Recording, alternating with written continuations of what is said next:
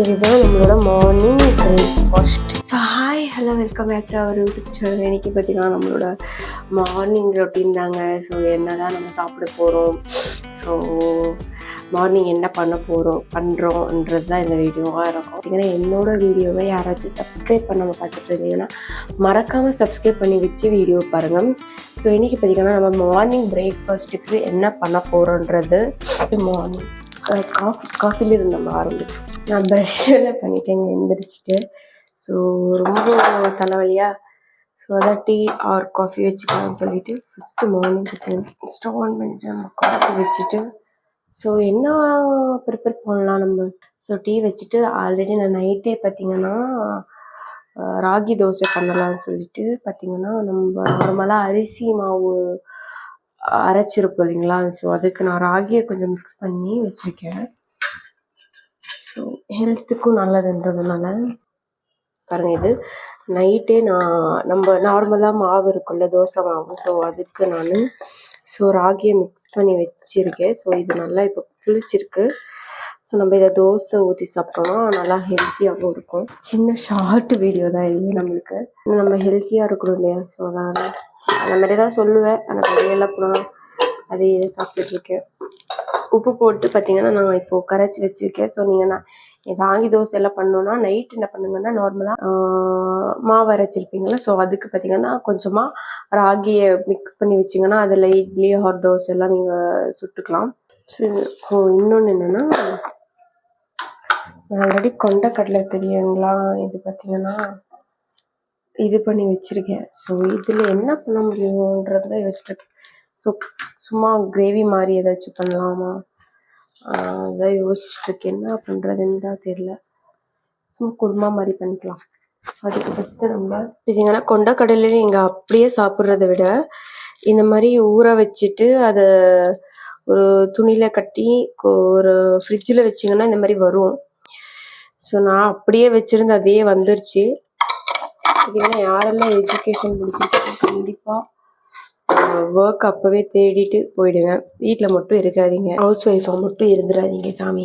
House ஒய்ஃபுன்றது இப்போதைக்கு okay, ஜாலியாக இருக்கும் அந்த மாதிரின்னு சொல்லலாம். ஆனால் ஃப்யூச்சர் போக போக எப்படி இருக்குன்னா, ஒரு மாதிரி நம்மளுக்கே ஒரு மாதிரி இரிட்டேட்டிங்காக இருக்கும், ஒரு மாதிரி இருக்கும். நம்மளுக்குன்னு ஒரு ஏர்னிங்ஸ் இருக்கணுங்க, அப்போ தான் நம்மளுக்கு ஒரு இது இருக்கும்.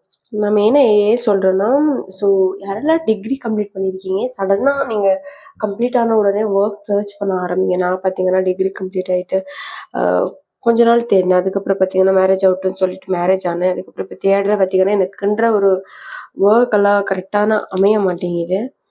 ஸோ அதனால் நீங்கள் பார்த்திங்கன்னா தேடுங்க. அதுக்கப்புறம் தான் நான் இந்த யூடியூப் சேனல் ஆரம்பித்தேன். ஸோ ஏதாச்சும் ஒன்று பண்ணணும் இல்லைங்களா, வீட்லேயே இருக்குன்றதுனால ஃப்ரெஷ்னஸ் இருக்கும், ஏதாச்சும் பண்ணிகிட்ருக்கோமேன்ற ஒரு ஆறுதலாச்சும் இருக்கும். சும்மா இருந்தால் என்ன பண்ணுறது.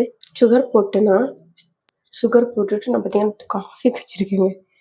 சைடில் பார்த்திங்கன்னா எனக்கு வேணுங்கிறத நான் கட் பண்ணிவிட்டு ஃப்ரை பொரியல் மாதிரினே வச்சுக்கோங்க.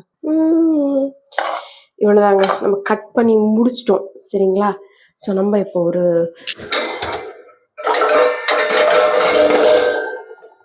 குண்டாவை எடுத்துக்கிட்டு இந்த சைடு வச்சுருக்கேன். நம்ம ஆயில் ஊற்றிக்கலாம். தேஞ்சிருச்சு. கருவேப்பிலை போட்டேன். அதுக்கப்புறம் பார்த்திங்கன்னா காஞ்ச மிளகா, அதுக்கப்புறம் சின்ன வெங்காயம் இதெல்லாம் ஃப்ரை பண்ணிக்கிட்டு, இது பார்த்திங்கன்னா ஸ்டீல்ன்றதால சீக்கிரம் ஃப்ரை ஆகிடுச்சு. தக்காளி போட்டுட்டு சால்ட்டு போட்டுட்டு நல்லா ஃப்ரை பண்ணணும். காஃபி பார்த்திங்கன்னா கொதிச்சுட்டே இருக்குது. அவ்வளோதாங்க, நம்மளோட இந்த கொட்டை ஃப்ரை ஆகிடுச்சு.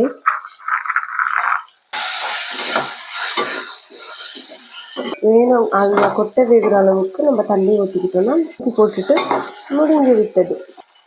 தண்ணி ஆட் பண்ணிவிட்டு மூடும். நம்ம காஃபியும் ரெடி ஆகிடுச்சு. நம்ம இறக்கிட்டு காஃபி குடிக்கிறாங்க.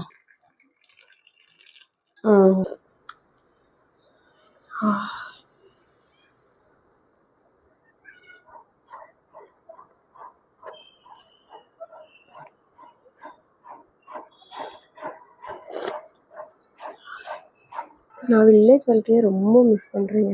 எனக்கு பால்கனியில் பார்த்தீங்கன்னா கொஞ்சம் மரங்கள் எல்லாம் இருக்குது. அது ஸ்கூல் கிரவுண்டா, ஸோ அதனால மரங்கள் எல்லாம் வச்சு நம்மளோட புரியல் வெந்துட்டுருக்கு. நம்ம இங்கே ராகி தோசை போட்டுட்ருக்கோம்.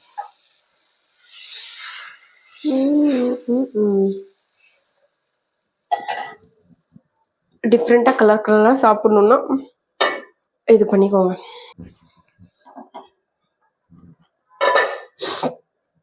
ஈஸியான ராகி தோசைங்க இது. ஆயில் கொஞ்சம் மிளாப்பில் ஊற்றிக்கிட்டு நல்லா